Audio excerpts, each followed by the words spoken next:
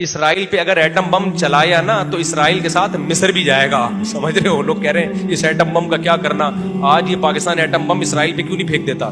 Atom bomb کا اصول ہے، یاد رکھو، وہ پٹاخہ نہیں ہے. جب وہ کہیں پھٹتا ہے نا تو 25-30 ملکوں کو اپنے ساتھ لے کے جاتا ہے. آپ کو پتا ہے جو بلوچستان میں پاکستان نے ایٹمی دھماکہ کیا تھا نا، اس کے اثرات آذربائیجان تک پہنچے تھے، ازبکستان تک پہنچے تھے اس کے اثرات، حالانکہ زمین میں دھماکہ تھا.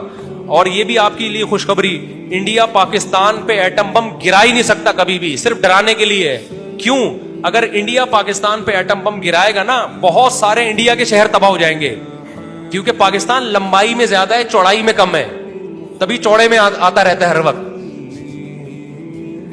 پاکستان جو ہر وقت چوڑے میں رہتا ہے نا، اس کی وجہ ہے کہ چوڑائی ویسے کم ہے اس کی، لہذا ویسے بہت چوڑا ہے. اس چوڑائی کم ہونے کا فیور یہ ہے کہ اگر ایٹم بم گرا تو اس کے اثرات بارڈر پہ جائیں گے، اور بارڈر میں کون ہے؟ افغانستان بھی اور انڈیا کا بھی بہت بڑا حصہ تباہ ہو جائے گا اس سے. لاہور پہ ایٹم بم گرا تو جالندھر گیا، نہیں آئی بات. جو لاہور کے بارڈر پہ جتنے انڈیا کے شہر ہیں گئے کام سے، وہ سارے بھوکے مریں گے، سارے مر جائیں گے، بیمار لنگڑے معذور ہو جائیں گے. تو انڈیا نہیں چلا سکتا ایٹم بم، پاکستان چلا سکتا ہے. کمال کی بات یہ ہے، انڈیا پہ اگر اللہ نہ کرے کوئی کسی پہ چلائے، ہم تو نہیں چاہتے، لیکن کیونکہ فاصلہ بہت ہے. اسرائیل اتنا چھوٹا سا ملک ہے، اس پہ اگر پاکستان نے ایٹم بم پھینکا تو مصر، اسرائیل تو تھوڑے سے ہیں، مصری کتنے زیادہ ہیں، ادھر شام ہے، ادھر لبنان ہے، ان سب کی ایسی کی تیسی. وہ بولیں گے ہمیں کیوں مار رہے ہو بھائی تم؟ یہاں ہر آدمی پاکستان کے پاس ایٹم بم میں چلاتا کیوں نہیں ہے، ایٹم بم میں چلاتا کیوں نہیں ہے، ایٹم بم میں چلا، اس ایٹم بم کا فائدہ کیا؟ بھائی فائدہ یہ ہے کہ آپ کی طرف رخ کرنے سے پہلے دشمن 100 دفعہ سوچے گا، یہ فائدہ ہے. اب جیسے پاکستان اگر اسرائیل پہ ایٹم بم مارے تو مصر، لبنان، شام سارے آ جائیں گے پاکستانی فوج کے پاس. خدا کے لیے ایٹم بم نہ مارو، کوئی اور پٹاخہ پھوڑ دو آپ وہاں جا کے، ایٹم بم نہ مارو، ہم مریں گے. اسی طرح میرے بھائی، اگر کوئی بھی ملک پاکستان پہ ایٹمی حملہ یا کسی طرح فوج کشی کرنے کی کوشش کرتا ہے تو پھر پاکستان دفاع میں ایٹم بم دکھائے گا، بولے گا ہم تو ڈوبے ہیں صنم، تم کو بھی لے ڈوبیں گے. ایک لمٹ میں رہو، اس سے آگے. ایٹم بم کا یہ فائدہ ہوتا ہے ڈیفنس، اور وہ ڈیفنس ہو رہا ہے. تبھی پاکستان کے وہ حالات نہیں ہوئے جو لیبیا کے اور عراق کے حالات ہوئے ہیں. یہ کس کی وجہ سے؟ بم کی وجہ سے. تو کیونکہ مرتا کیا نہ کرتا نا. ابھی تو نہیں چلائیں گے، لیکن جب ملک پہ ایسے حالات آ گئے، کوئی ہماری ریاست ہی ہم سے چھینے گا، پھر ہم کہیں گے بھائی ہم اگر پھٹ رہے ہیں نا، ہم اگر مر ہی رہے ہیں، تو بھاڑ میں جب ہم چلائیں گے پھر 20 ملک اور بھی مریں گے. تو وہ 20 ملک پکڑیں گے دشمن کو، ابے بھائی خدا کے لیے ان کو نہیں مارو، انہوں نے ایٹم بم چلا دیا تو ہمارا بیڑا غرق ہوگا. لیکن ہر آدمی یہ ایٹم بم کس کام کا ہے، اس سے بہتر تو شب برات کے پٹاخے ہیں، کم از کم پھٹتے تو ہیں. ایسی سی باتیں آ رہی ہیں لوگوں کی.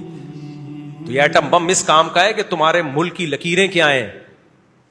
اس کی وجہ سے میں انڈیا کچا چبا چکا ہوتا اب تک. تمہیں انڈیا کو پتا ہے ہم ایٹم بم چلائے نہ چلائیں، اگر زیادہ ہم نے کیا نا، بارڈر کے اندر گھسنے کی کوشش کی، ان کے علاقے لینے کی کوشش کی، تو جب ملک جب ہاتھ سے جائے گا یہ، تو پھر فوج بولتی ہے ہم تو مر ہی رہے ہیں، ملک ختم ہی ہو رہا ہے، تو 2-4 اور بندے مار کے جائیں ہم، تو پھر وہ چلا دیں گے.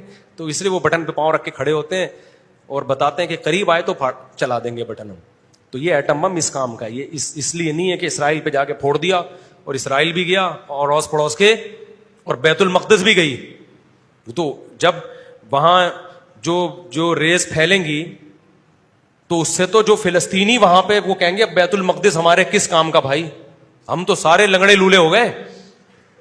تو ہر آدمی دیکھو نالج زیرو ہے لوگوں کے پاس، تبصرے ایسے کرتے ہیں جیسے اگلا وزیر اعظم یہی ہوگا. اس لیے پھینکنا چھوڑ دو لمبی لمبی، ٹھیک ہے نا، منفی باتیں کرنا چھوڑ دو. ہاں حکمرانوں پہ دباؤ ڈالتے رہو، کیونکہ یہ بہت نیک نہیں ہے ہمارے حکمران.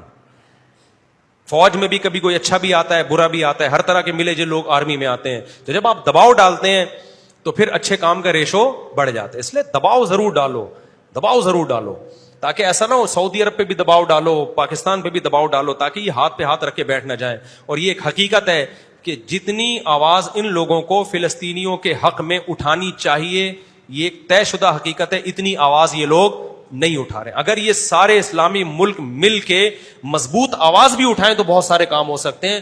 لیکن یہ مجرمانہ غفلت ہے. جتنی پاورفل آواز اٹھانی چاہیے یہ وہ آواز. ہم نہیں کہہ رہے کہ بم پھینک دو، یہ کر دو، اس سے بہت زیادہ مسائل خراب ہو جائیں گے. ابھی تو یہ تیسری جنگ عظیم کی طرف حالات جا رہے ہیں, اس میں تو سارے ملک تباہ ہوں گے. پھر تو اگر دنیا نے یہودی کا ہاتھ نہ روکا, اس جنگ بندی کی کوشش نہ کی, تو یہ دباؤ ضرور ڈالو اپنے حکمرانوں پر. لیکن اگر بم چل گیا نا میرے بھائی, تو پھر وہاں سے بھی ادھر بم چلے گا, پھر پاکستان کے اتحادی ایک طرف ہو جائیں گے, ان کے اتحادی ایک طرف ہو جائیں گے, پھر بم ہی رہے گا. پھر یہ جنگ رکنے والی نہیں ہے. اور جو ابھی کہہ رہے ہیں نا ہو جائے, بہت سے لوگ ایسے بھی ہیں کہہ رہے ہیں ایک دفعہ ہو جائے یار. بیٹا جب تمہارے اوپر بم برسیں گے اور جب بچے چھوٹے چھوٹے یتیم ہوں گے اور لاشیں تم دیکھو گے نا, تو تم کہو گے اللہ کسی طریقے سے اس جنگ کو ختم کر دے. ہاں, یہ جنگیں آپ نے دیکھی نہیں ہیں, جنہوں نے دیکھی ہیں ان سے جا کے پوچھو. اس لیے نبی نے فرمایا لا تتمنوا لقاء العدو, جنگ کی کبھی بھی تمنا مت کرو. مسلط ہو جائے تو پھر ڈٹ کے لڑو. واعلموا ان الجنۃ تحت ظلال السیوف, مسلط ہو جائے یقین کر لو جنت تلواروں کی چھاؤں میں اللہ نے رکھی ہے. کیسی پیاری حدیث ہے, بڑا مزہ آتا ہے. مت تمنا کرو جنگ کی, ہو جائے پھر بھاگو نہیں میدان سے, پھر لڑو ڈٹ کے, اور یقین کر لو جنت اللہ نے کس میں رکھی ہے, بموں کی چھاؤں میں رکھی ہے اللہ نے. تو خلاصہ میری بات کا یہ نکلا, جب تک پوری نالج نہ ہو بات نہ کرو, چپ کر کے آرام سے, نہ کسی کو اچھا کہو نہ کسی کو برا کہو. بولو بھائی ہمیں نہیں پتا یار, ہم تو گھر کے آلو پیاز ٹماٹر سے فرصت ملے گی. دعائیں کرتے رہو اور اپنے حکمرانوں پہ دباؤ ڈالتے رہو.